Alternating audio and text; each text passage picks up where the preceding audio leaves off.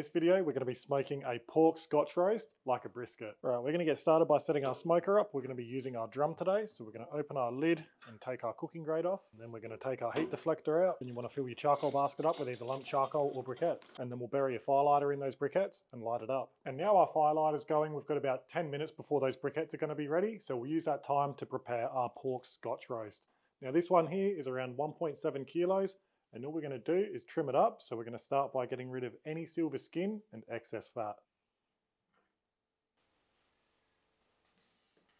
I'm going to square up this thin dangly end as well, and I'll do that to both sides. And there's a little bit of excess fat just here, but apart from that, this is looking really good already. All right, so that didn't need much. Our pork Scotch roast is now all trimmed up. Now it's time to season it. Now before we hit it with our seasoning, we're just going to give it a light coat in some yellow mustard, and that's going to help our rubs stick to the meat. And I said we're going to be smoking this like a brisket, so we're going to use some nice brisket flavors. I'm going to go down with a base coat of my steak shooter first. Make sure you get your ends, and then we're just going to top it off with my beef bounce rub. Don't forget our full range of rubs is available over at lowandslowbasics.com.au. And now this pork Scotch is seasoned up. We're just going to roll it around in the excess seasoning we got on the cutting board. And that is now good to go once our smoke is ready. I'm really happy with this one. It's got a beautiful uniform shape, which is going to help us get a nice even cook throughout this whole pork Scotch. And after about 10 to 15 minutes, our briquettes have caught light nicely. So now we'll shut our lid. We'll open up both of our vents and we'll let our barbecue preheat up to just below our target temperature, which for this cook is going to be 250 Fahrenheit or 120 Celsius. All right, now we're just about up to temperature. We can open our lid. I've got a beautiful little chunk of cherry. We're going to get straight on where the fire's burning. Then we're going to get our heat deflector back in, followed by our cooking grate, and then our beautiful little pork Scotch roast. And now we can shut our lid and let that start smoking away. So now our pork Scotch is on. We're just going to let that go for a couple of hours or so until it develops a really nice color and that rub has set on the meat. So all I've really got to worry about for the first 30 to 60 minutes of this cook is some fire management, and in a drum smoker, it's super easy. Right now, our temperature's still recovering from having our lid open, and once we get back up to that 250 Fahrenheit or 120 Celsius, all I need to do is shut that intake vent down a little bit, then I'll see where our smoker stabilizes off at, and if I need to decrease the temperature some more, I'll continue to shut that intake vent down, or if I need to increase, then I'll just open it up a little bit. And again, we've got these on our website if you want to check them out, but for now, I'm going to let this pork Scotch go, and we'll check back in throughout this cook. All right, our little pork Scotch roast has been going unwrapped for around 2 hours now. That color is starting to look really good. There's just a couple of areas I want that bark to come along a little bit more. While we've got our lid open, we're going to have a check of the internal temperature. We're right around 60 degrees Celsius or 140 Fahrenheit. I want this to get up to around 70 degrees Celsius or 160 Fahrenheit. So we'll shut our lid and let this keep going for a little bit. All right, another hour in, which puts us 3 hours into this cook unwrapped. This color is looking much better.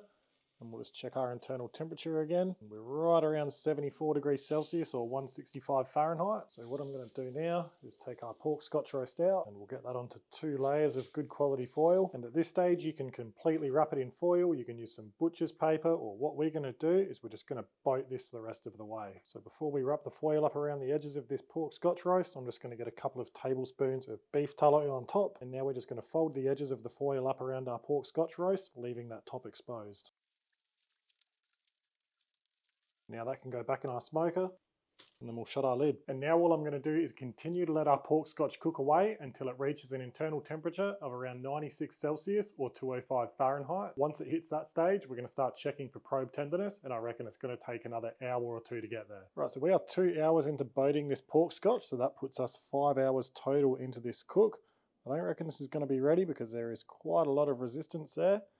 We're sitting at about 85-ish degrees Celsius or 185 Fahrenheit. But this is looking and smelling amazing. We're getting a really nice bark on the outside. So we'll shut this lid and let it keep going. So if we fully wrapped that pork Scotch in foil, I reckon it would be done by now, as when you completely wrap something, whether it's a brisket, a pork Scotch or beef ribs, it holds in a lot more radiant heat and you'll get the job done a lot quicker. But when you wrap in foil, you tend to lose a little bit of that bark. That's why I love the boating method. But because we leave that top exposed, typically your cook will take a little bit longer as opposed to if you wrapped with foil completely. So like I said earlier, it's up to you how you want to do it. If you want to completely wrap in foil, that's going to speed up your cook. You can use butcher's paper or do the boat method like we're doing in this video. But for now, we're going to let our pork Scotch keep going and we'll check back in once it's hit an internal temperature of 96 Celsius or 205 Fahrenheit. Right, so we are a bit over 3.5 hours into boating this little pork Scotch. So this is a 6.5 hour cook so far. And this is starting to probe really nicely now. We're right around where we want to be at that 96 Celsius or 205 Fahrenheit. Just probing really nice all over. So what I'm going to do is take that out and we are going to get that onto our cutting board where it's going to have a rest. And we'll come back to our drum smoker for a moment where we'll close both of our vents, which will kill the fire, and then any good leftover briquettes we can use in a future cook. So almost a 7-hour cook on this pork Scotch roast, which is a little bit longer than I anticipated. That's why I always suggest get things on a little bit earlier than what you think. And then if it is done early, you can always just rest it longer up until you're ready to serve it. But all I'm going to do now is just let that steam off for 5 minutes to stop that cooking process. Then I'll loosely cover it with foil and let that rest for around half an hour to 45 minutes, and then we'll slice and serve it. All right, our pork Scotch has had a nice little rest, so I reckon what we do is we take it out of all this foil, and then we'll take a nice slice off to try.